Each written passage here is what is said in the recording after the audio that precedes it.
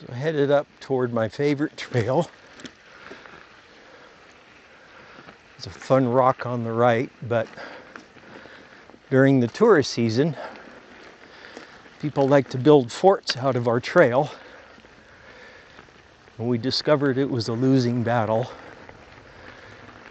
Maybe after Labor Day, we'll open our trail back up. So I'm headed for a trail called Shearing, named after a creek that it does not cross. And this, I call the squirrel catcher. If you can ride up this, you can ride the entire trail.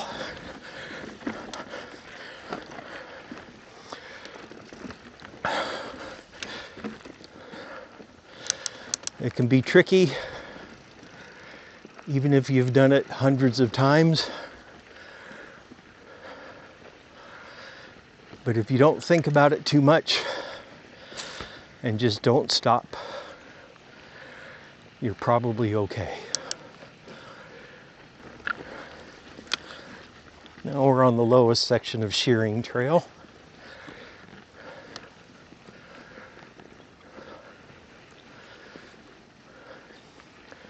Couple technical spots,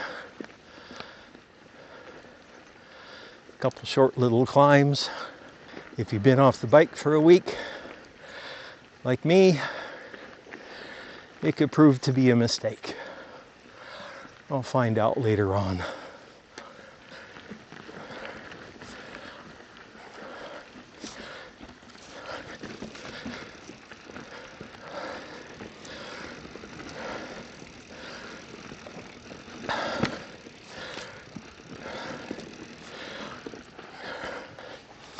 Coming up on probably the most difficult part when you're descending.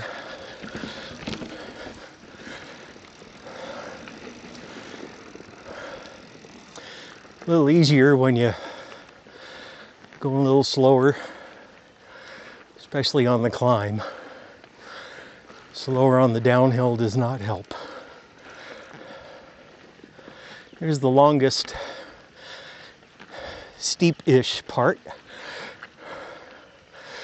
Luckily, it's not that long and it's not that steep. Approaching one of two bridges on this trail. This bridge in this direction is probably the trickiest. Maybe not tricky, but most intimidating.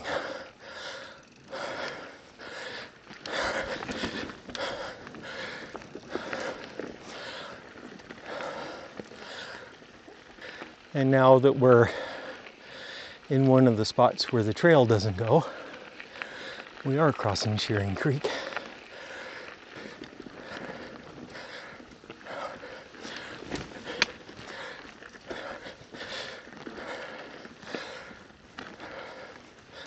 Now we're on the middle section of Shearing Trail. A lot of really fun features on this one. We're approaching the outlet of the biggest black diamond split on this trail. You might be able to see where it goes over the boulder. Pretty fun downhill.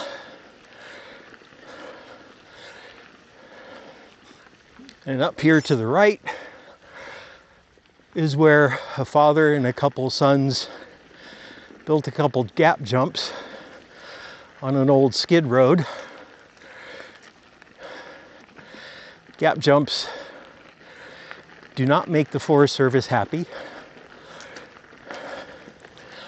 And then after people discovered they didn't want to ride the gap jumps, they built or started riding what is now a B line adjacent to the gap jumps. Only one is still there. And if you look at the trail surface here, you can tell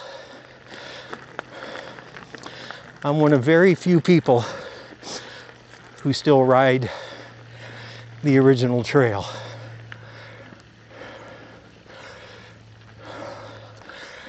Now we're at the bottom of one of the fun trail segments on this trail.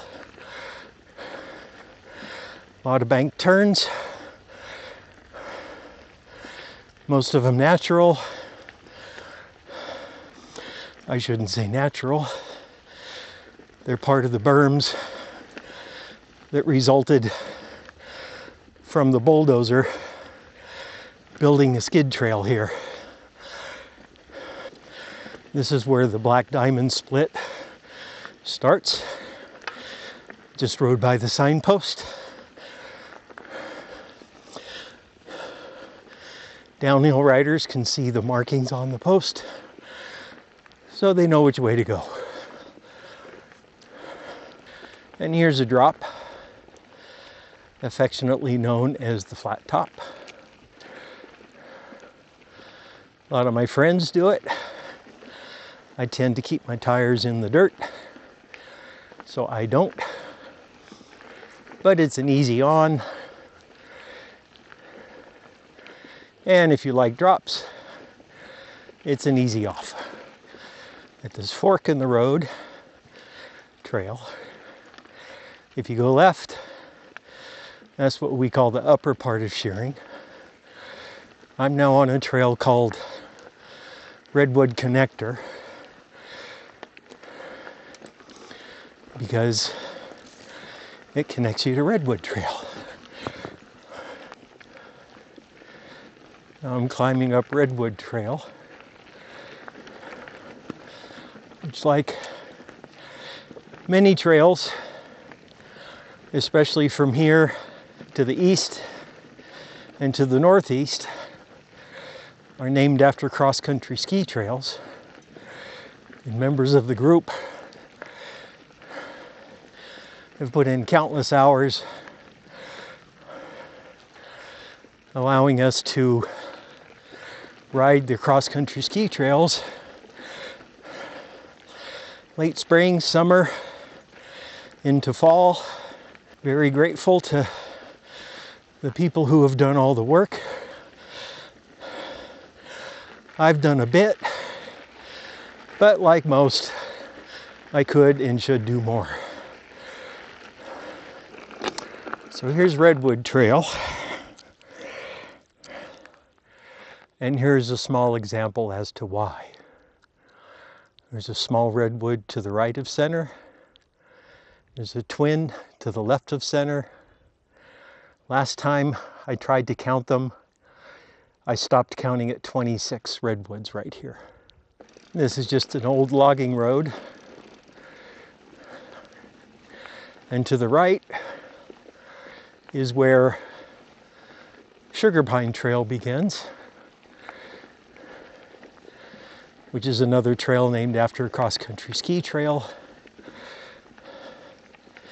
And officially, I am on the Crabtree cross-country ski trail.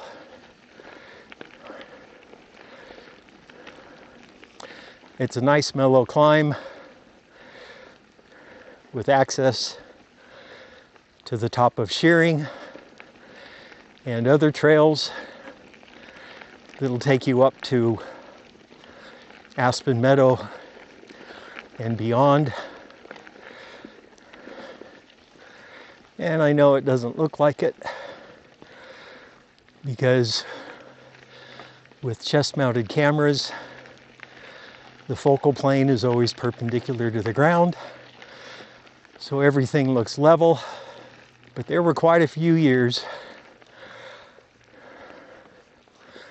where I was very thankful to have an Eagle drivetrain to make it up this. And even then, I would usually stop halfway up and put my lungs back down in my chest cavity where they belong before I could proceed. Well, I made it up here in time to see the cone flowers. Nearly all of them are still yellow. Only a handful have dried out.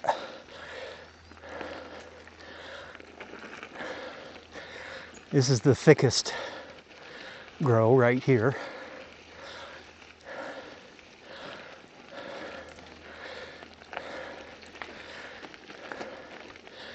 Very humid air riding by there. And if you can see up to my right, some young trees planted not too many years ago.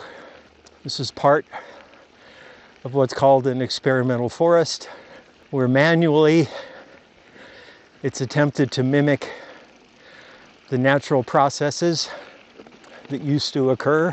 You probably saw on Redwood Trail, I rode through a burn. That was a prescribed burn. And this here is part of the same series of prescribed burns, keeping the undergrowth down and especially inhibiting the growth of small trees so it doesn't become like a giant lawn. They're doing good work up here. If I were to go straight, I could access the upper end of Sugar Pine Trail, but I'm going to stay on Crabtree Trail, another cross-country ski trail to the right called Burnt Bowl. You can ask me in the comments why it's called that, and I can reply, I don't know. And this is where the Forest Service Road gave way to our single track again. And up here to the right is Ridge Trail. Ends with a nice big berm. Straight is more Crabtree Trail, or if you take a left at a fork, is the Climber Trail that takes you here. And to the left is Shearing. Top of Shearing can be a little intimidating the first time down, but it's a lot of fun. Optional rocks. Little Black Diamond portion to my left. That's a little steeper than it looks on camera, but if you know your bike and have good brake control, it's not difficult.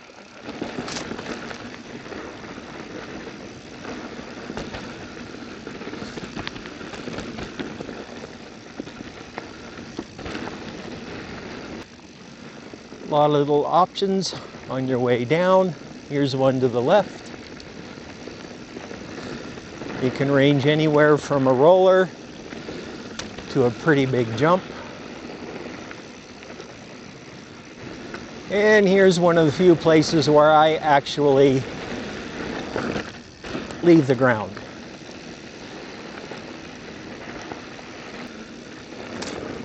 Here's a fun little twisty part.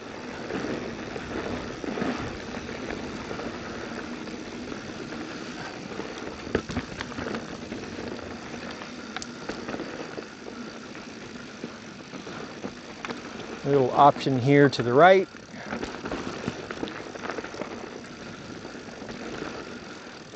Pedal catchers. And we're approaching the other bridge on Shearing Trail. No, this is not Shearing Creek.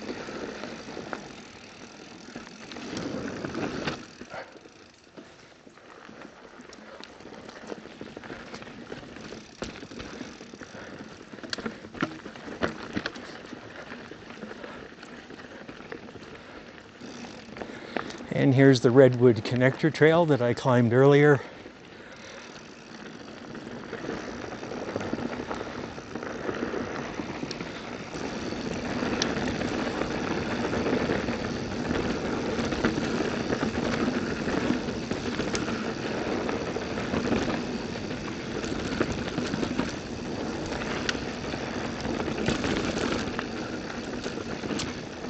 Here it is. If you go straight, you're on the flat top.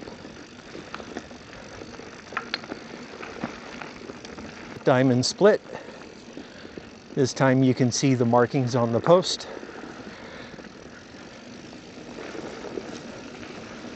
I almost always choose to take the berms.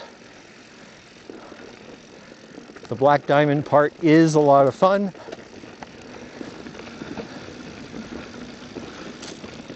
But so are the berms.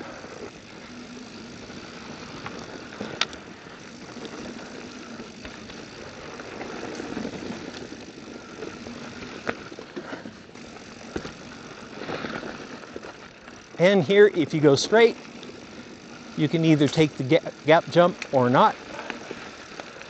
I like to take the original trail because turns are a lot more fun than straights.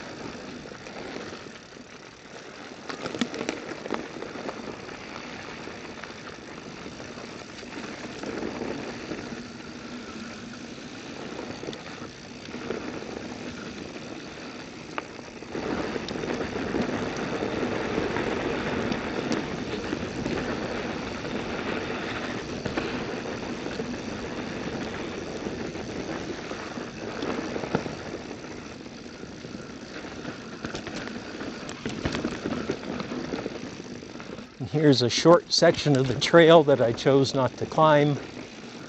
Climbing up this slab can take a lot out of me.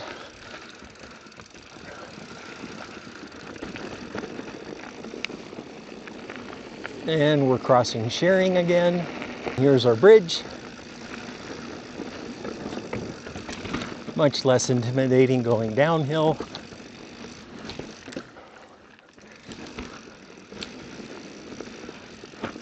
Quite a few do go over that rock. As you can tell, I do not.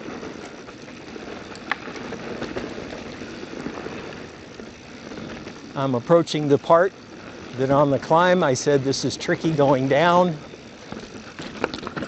Takes a lot of practice to get through there cleanly.